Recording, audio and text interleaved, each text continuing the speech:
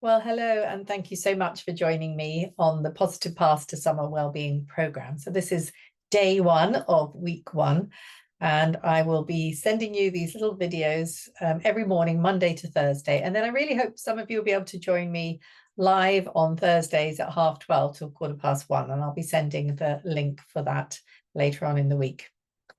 So I said in one of the videos that I recorded before, I'm going to do them very naturally. I am not going to be doing lots of editing. I'm really going to try hard to do one take, being it very much being like a workshop where I would be live.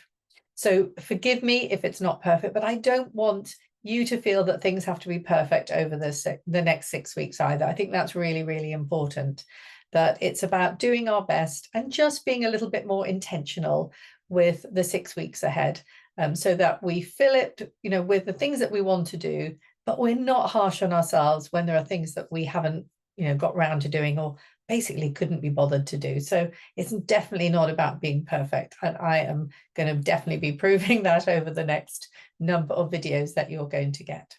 But I don't want them to be too long. I don't want to keep you on your emails too long. So I'm going to just start off fairly quickly by saying that it's based on the book Positive Path to Wellbeing. And I'm going to be working through the path. So this week is path one, which is clarify what's important to me. So what I'm going to do is just share with you my scale of well-being. So let's just do that here, and hopefully you can see that okay. And let me just move that out of the way.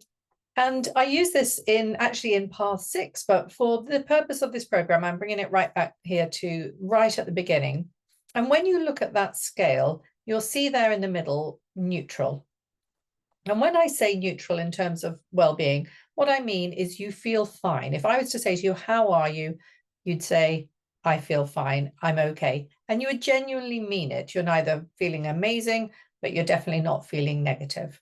So that is that middle place there in the green.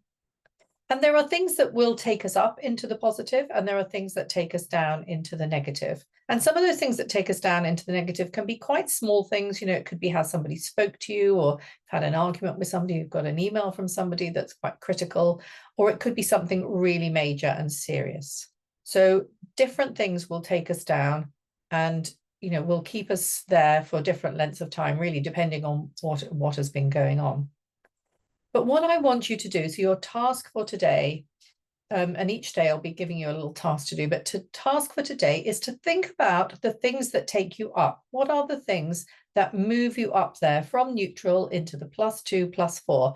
Now, there might be occasional things where, you've gone to an amazing concert. Maybe you were Taylor Swift or something like that, and that really felt like a +10. But we're not going to be living up there most of the time. But we would like to be, I think, ideally in those sort of, positive numbers. So what are those small things that have lifted you up? I know, for example, that I go running on a Tuesday night, and if I've had a bit of a stressful day at all, I know when I come back from running, I will be feeling better. So I know that's one of the things that lifts me up. So trying to make a note of what we know helps us. I've started learning to play the piano, and I'm doing it with an app that I'm really enjoying. And I know after 10 or 15 minutes of playing the piano, I also feel like I've been lifted up a bit. So make a list of the little things that are within your control that help to lift you up. Sometimes when I ask people about that, they say, oh, a lovely sunny day. Yes, but that isn't in our control. And we certainly haven't had a lot of those recently.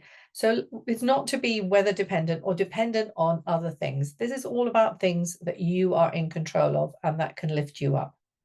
And also think about some of the things that might take you down that you have control to avoid, things that you won't do. So for example, for me, I often, I make the plan to go out for a walk in the morning, and many, many mornings I do.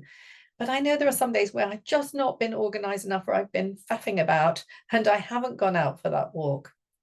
And I know that that makes me feel worse. A, I've missed out on the walk, and B, I'm annoyed with myself for just not being a little bit more organized.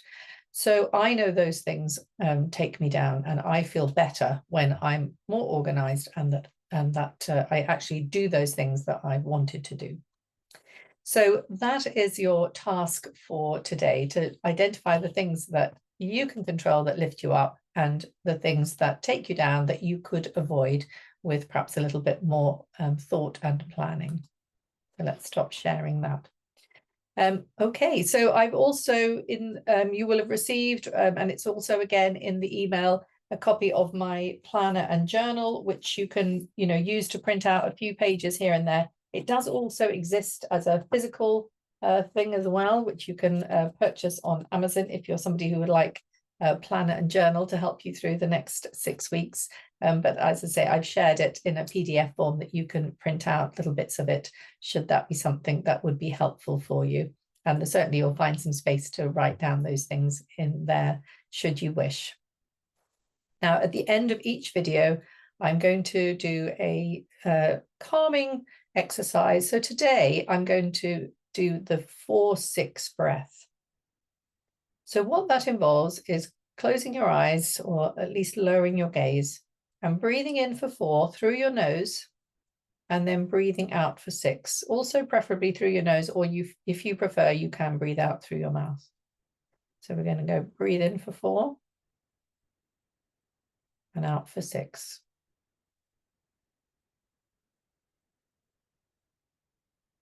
So 1, 2, 3, 4, out, 2, 3, 4, 5, 6. And you continue doing that.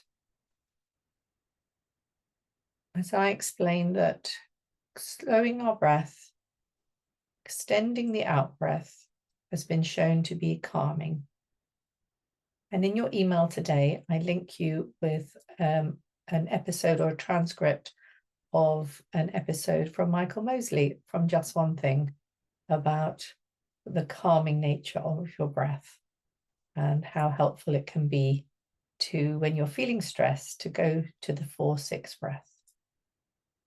In, 2, 3, 4, out, 2, 3, 4, 5, 6. So if you ever find yourself feeling stressed today during the day, do a few 4-6 breaths and see if that can help to calm you back down again. Thank you for watching. I look forward to seeing you again tomorrow.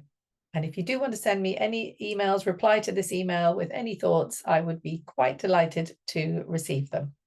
Bye for now.